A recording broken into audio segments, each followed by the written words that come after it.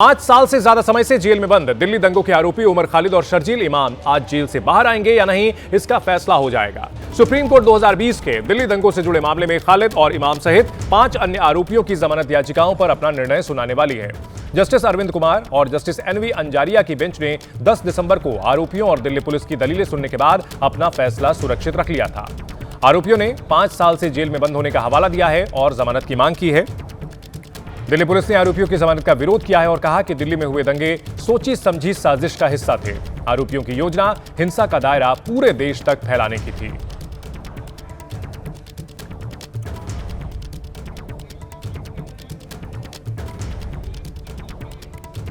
Hopeful हैं हम लोग हमेशा की तरह, और सुप्रीम कोर्ट से ही उम्मीद है कि सुप्रीम कोर्ट इस केस में लोगों को बेल ग्रांट करेगी।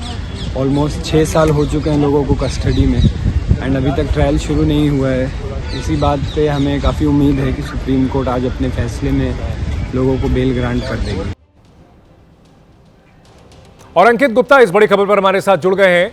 अंकित, बार बार यही दलीलें दी जा रही हैं कि लगभग 6 साल से वो जेल में बंद है और इसी के हवाले पर जमानत की मांग की जा रही है, जबकि दिल्ली पुलिस की ओर से कहा जा रहा है कि काफी गंभीर मामला है, जमानत नहीं दी जा सकती। क्या कुछ अपडेट आपके पास?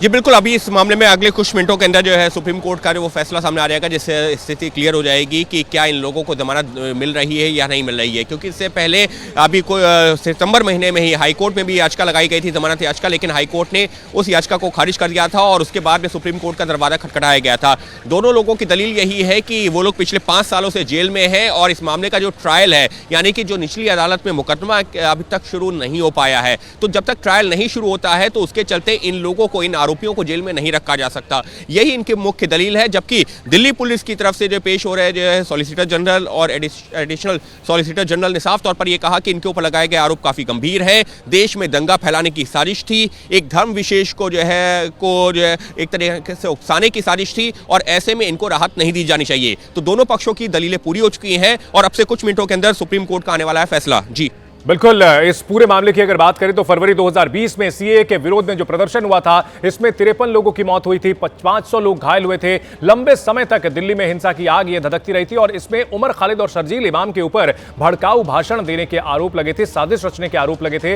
अगर बात की जाए अंकित, इन दोनों के खिलाफ और बाकी आरोपियों के खिलाफ कई वीडियो सबूत भी थे जो सोशल मीडिया पर भी सर्कुलेट होते रहे हैं और यह मामला काफी हाई प्रोफाइल रहा है। इसमें तो ममदानी की ओर से भी बाकायदा नोट भेजा जा रहा है, तो निश्चित तौर पर सबकी निगाहें इस पर टिकी होंगी। बिल्कुल जो है सबकी निगाहें टिकी हुई है, क्योंकि एक ऐसा मामला है जो काफ़ी चर्चित रहा था। कहा यह गया कि ये जो शर्जील इमाम हो, उमर खालिद हो, ये लोग छात्र नेता रहे हैं, ऐसे में इनको जो है बेवजह फंसाया जा रहा है। लेकिन दिल्ली पुलिस के पास में जो सबसे बड़ी दलील थी वो जो है वो वीडियोस थे जो जिसको लेकर के जो वो कोर्ट में गई थी। उसने कहा था कि उस दौरान जबकि सीए का देश भर में जो है विरोध चल रहा था, तो शर्जील इमाम हो, उमर खालिद हो, इनके जो कई सारे ऐसे बयान थे। खासतौर पर शर्जील इमाम ने नॉर्थ ईस्ट में जाकर के जो बातें कही थी, जिसमें ये कहा था कि हमको जो है चिकन नेक है जो भारत को जो है भारत के जो है पूर्वोत्तर और ईस्ट वाले हिस्से को जो है जोड़ता है नॉर्थ ईस्ट से, उस रोड को हमको ब्लॉक कर देना चाहिए, दिल्ली को पूरी तरह से बंद कर देना चाहिए। यहाँ पर जो है दूध और जो है खाने के सामान नहीं आ पाए, इस तरीके से जो है देश के खिलाफ साजिश रच रहे थे। और इसी वजह से इन आरोपियों के खिलाफ UAPA यानी कि अनलॉफुल असेंबली प्रिवेंशन एक्ट के तहत, यहाँ unlawful act assembly prevention act के तहत इनके खिलाफ जो है ये मामला दर्ज किया गया था। तो UAPA के तहत जो मामला दर्ज किया गया है वो एक बड़ा हथियार हम कह सकते हैं दिल्ली पुलिस की तरफ से। लेकिन